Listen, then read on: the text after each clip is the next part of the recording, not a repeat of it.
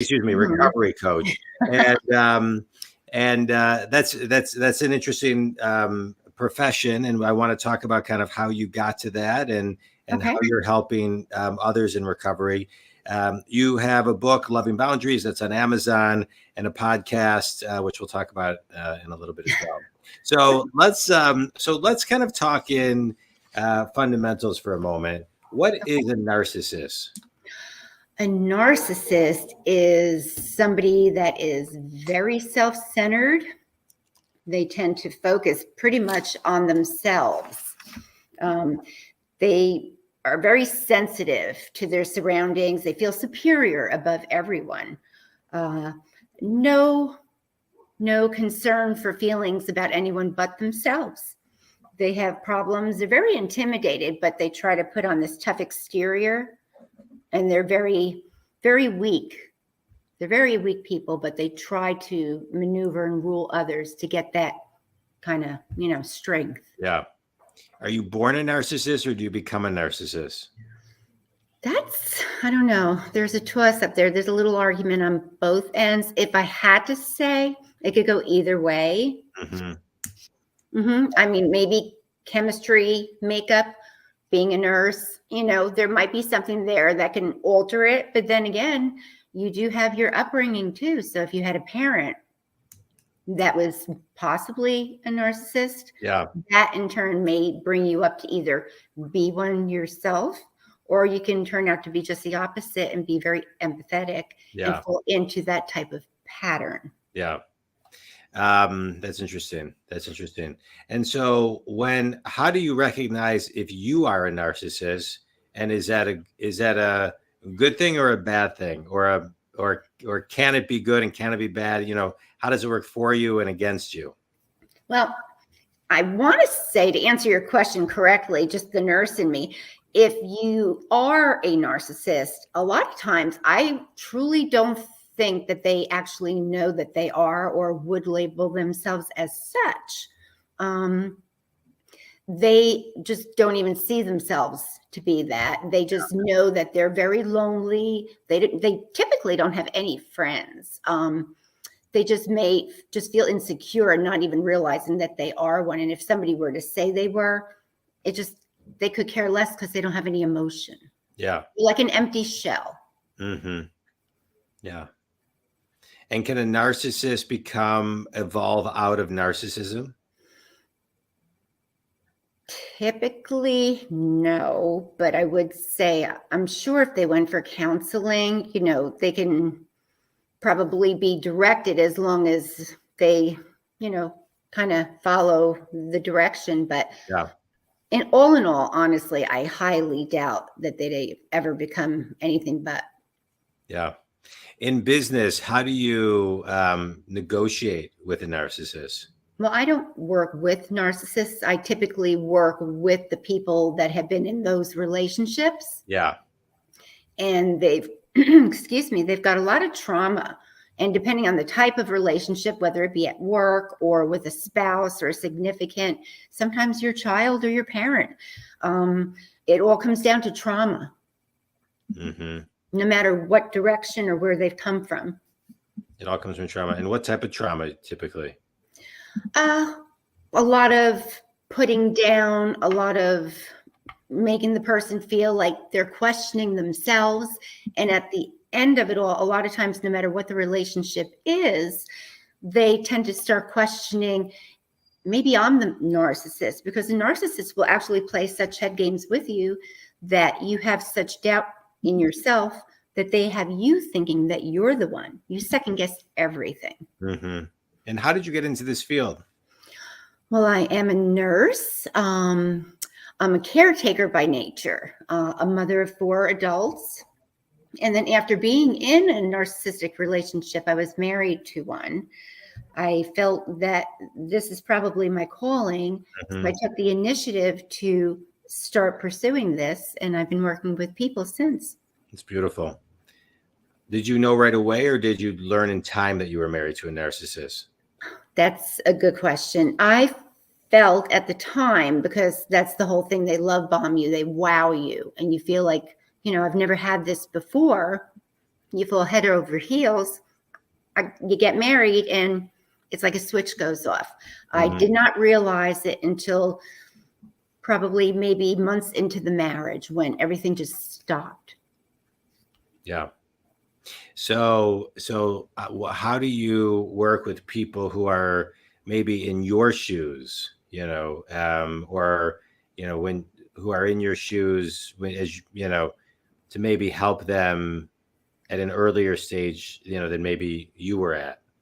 Right. Well, I could go based on, at the time, I didn't have any financial means. He would know everything. So I started off with a podcast.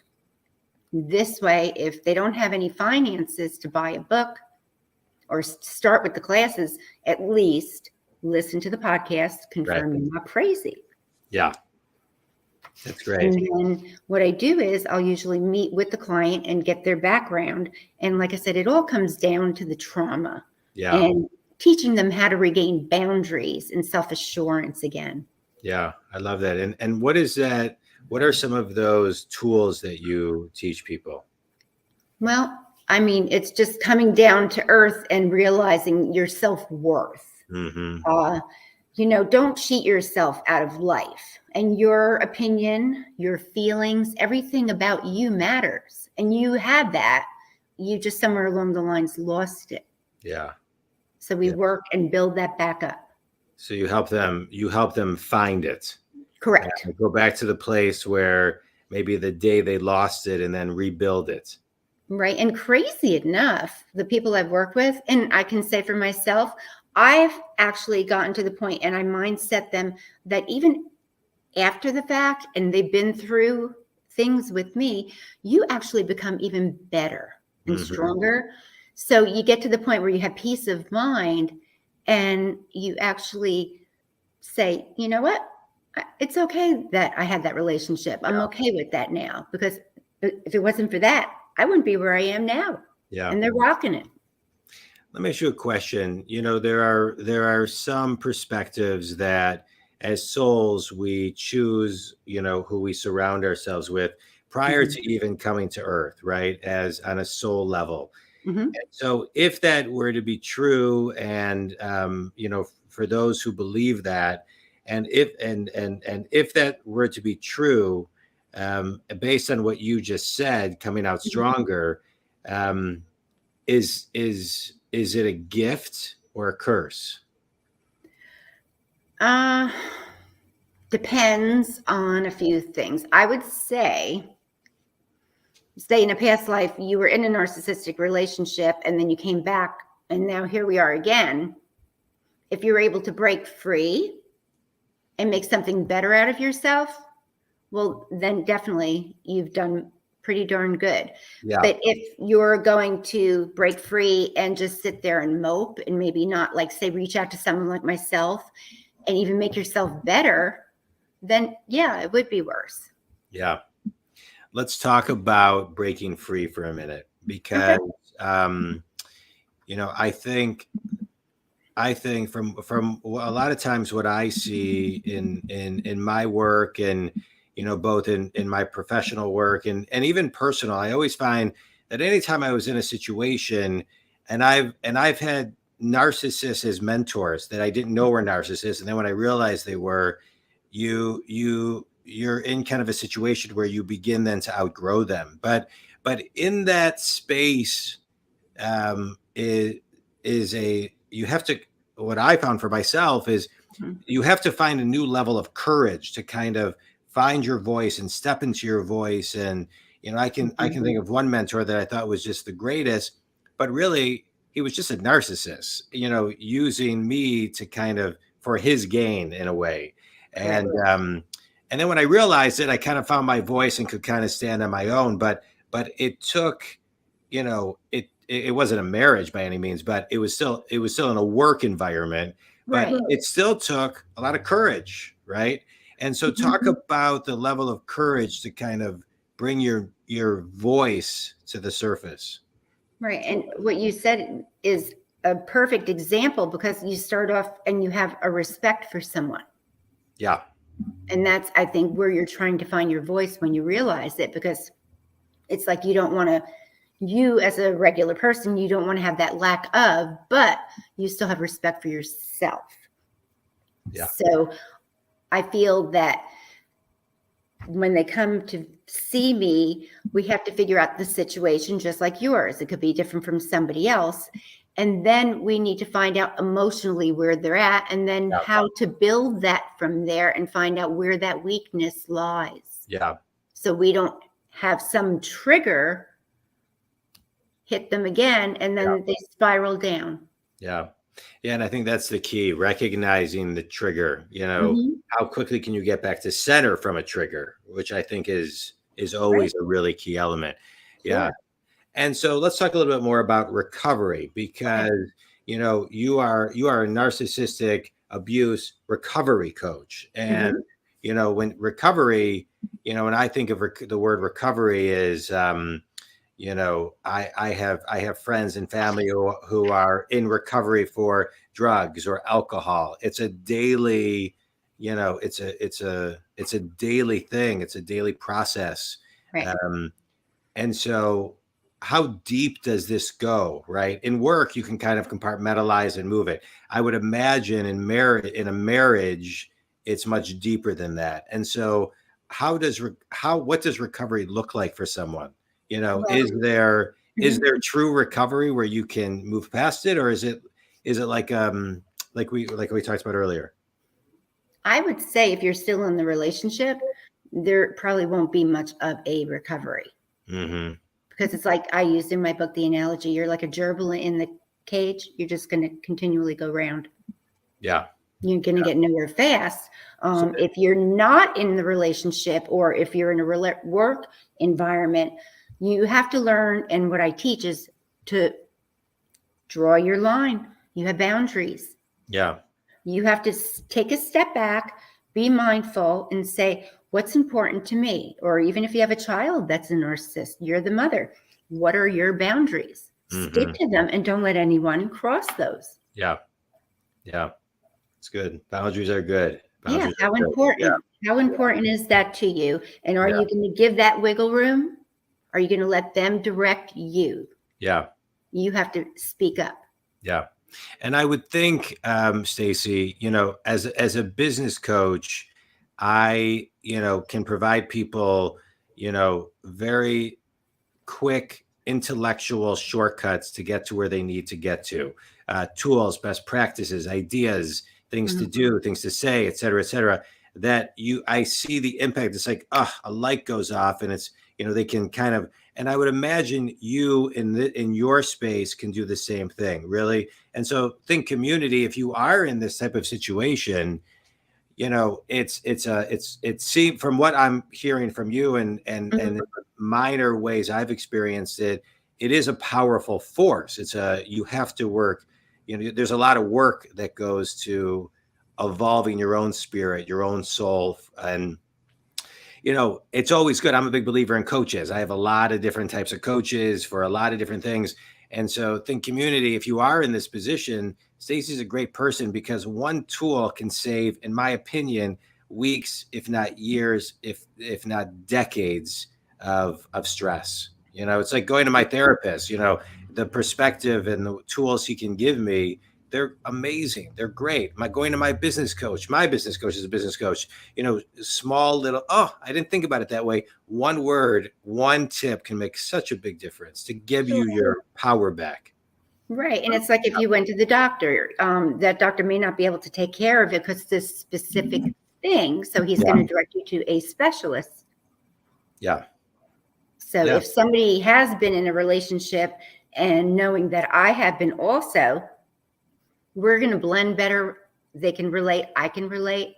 Yeah. Whereas if you were teaching the same thing as I was, if you've not been in that relationship, you're not going to get it. You're not going to get it. Yeah. You just are not going to get it. I love it. Let's talk about your book, Loving Boundaries. What's one thing people are going to get from reading your book?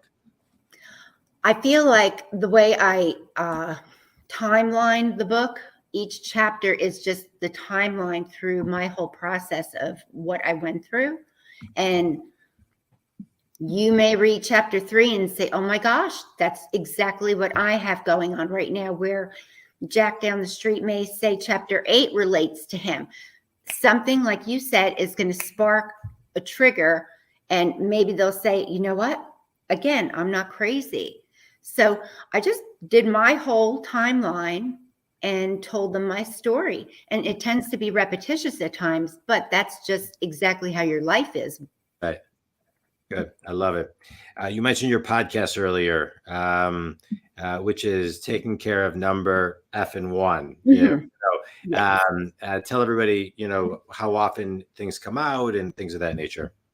Okay. I started that before the book. And the reason I did that, like I had mentioned earlier, is because when you don't have any resources other than maybe listening to a podcast to reach out when you're in the middle of that relationship, if you're still in the marriage or whatever the case may be, you can run out and get that container of milk, or say, I have to get to the store, and at least listen for 5 minutes.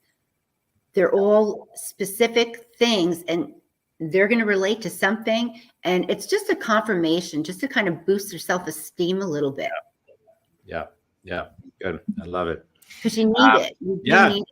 You're doing great things. I love how you have different vehicles of people, being able to get knowledge from you and learn from you before they even come to you. So like you, people are doing research on me. They're listening to my podcast, going to my website, listening to my tips. So, you don't wake up and, you wake up, you grow up knowing you need an attorney and accountant. You don't know you need a business coach and a narcissistic healing recovery abuse coach. Right. So, so it's great. I love that you're educating and putting things out there. Yeah, it's interesting.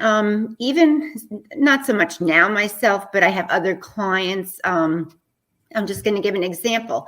It's around the holidays. They've not been in a relationship for a few years now. So they're doing better. They're doing so much better. They even got a higher position at work because we built them up so much. They have more confidence. But long story short, they went to the grocery store. There was a man buying flowers, I'm sure for his significant. It triggered her because she used to always get flowers. But when the marriage started, he stopped. So that got her very upset. Yeah. It was a trigger, and she had no thoughts of anything. She was fine. But as soon as she walked in and she saw that, boom, it just set something off after many years, and it brought her back. Yeah. Good. Great. Good. Let's do a quick speed round. You ready? A book that's had the biggest impact on you. Mine. Mine is yours. Okay. I want to say Thomas John, because he writes a few good books, and he's just very down to earth and straight up. I'm just a very honest, kind of straight up person. He just says it. Good. I love it. Best piece of wisdom you've ever received. My father told me it's not the size of the house, it's what's in it that counts. And I brought my children up that way. That's a good one. If you could have coffee with anybody, living or alive, who would it be and why? Living or alive, who would it be? One of my children. All right. And tell everybody why. Because I haven't spoken to him in about 10 years. Oh, I'm sorry to hear that. That's okay. Thank you. Yeah. But you asked, I'm saying. All right. Well, maybe this will spark something to kind of get some coffee on the books. Tell everybody who your ideal clients are and where they can connect with you, Stacy. I will take anybody that has insecurities pretty much, because like you even said, workplace, it could be anywhere. It could just be a social setting with girlfriends, and it just makes you feel like that one person is that narcissist. So stacycarlin.com, reach out.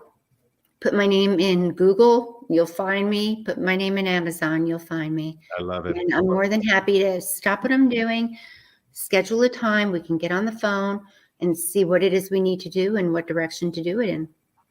All right, good. Well, I appreciate you taking time to be on the show. This was great. I have not had a narcissist recovery coach on the show yet, so this was great to have you. And Thank you for I always having love me. having an eclectic group of people on the show. And thank you for everything. You know, I'm a business coach. I work with successful people who are stuck. I get them unstuck. And I love this podcast and community, you know, because I have guests that can help you get unstuck. And if you know anybody in this situation that Stacy can help, or that is in a situation where they're, you know, maybe stuck in a narcissistic relationship, send this podcast to them because it will really benefit and maybe, you know, raise some awareness and help them a lot. But you said a lot of great things, and I appreciate everything you shared and all the wisdom. And think community, if Stacy can help you, please reach out at stacycarlin.com. And if I can help you, please reach out at johndwoskin.com. Stacy, stay on after, but thanks so much. That was great. Yeah, and thank you. And if anyone's interested, I want to say tomorrow, I'll be putting something out on my page, stacycarlin.com.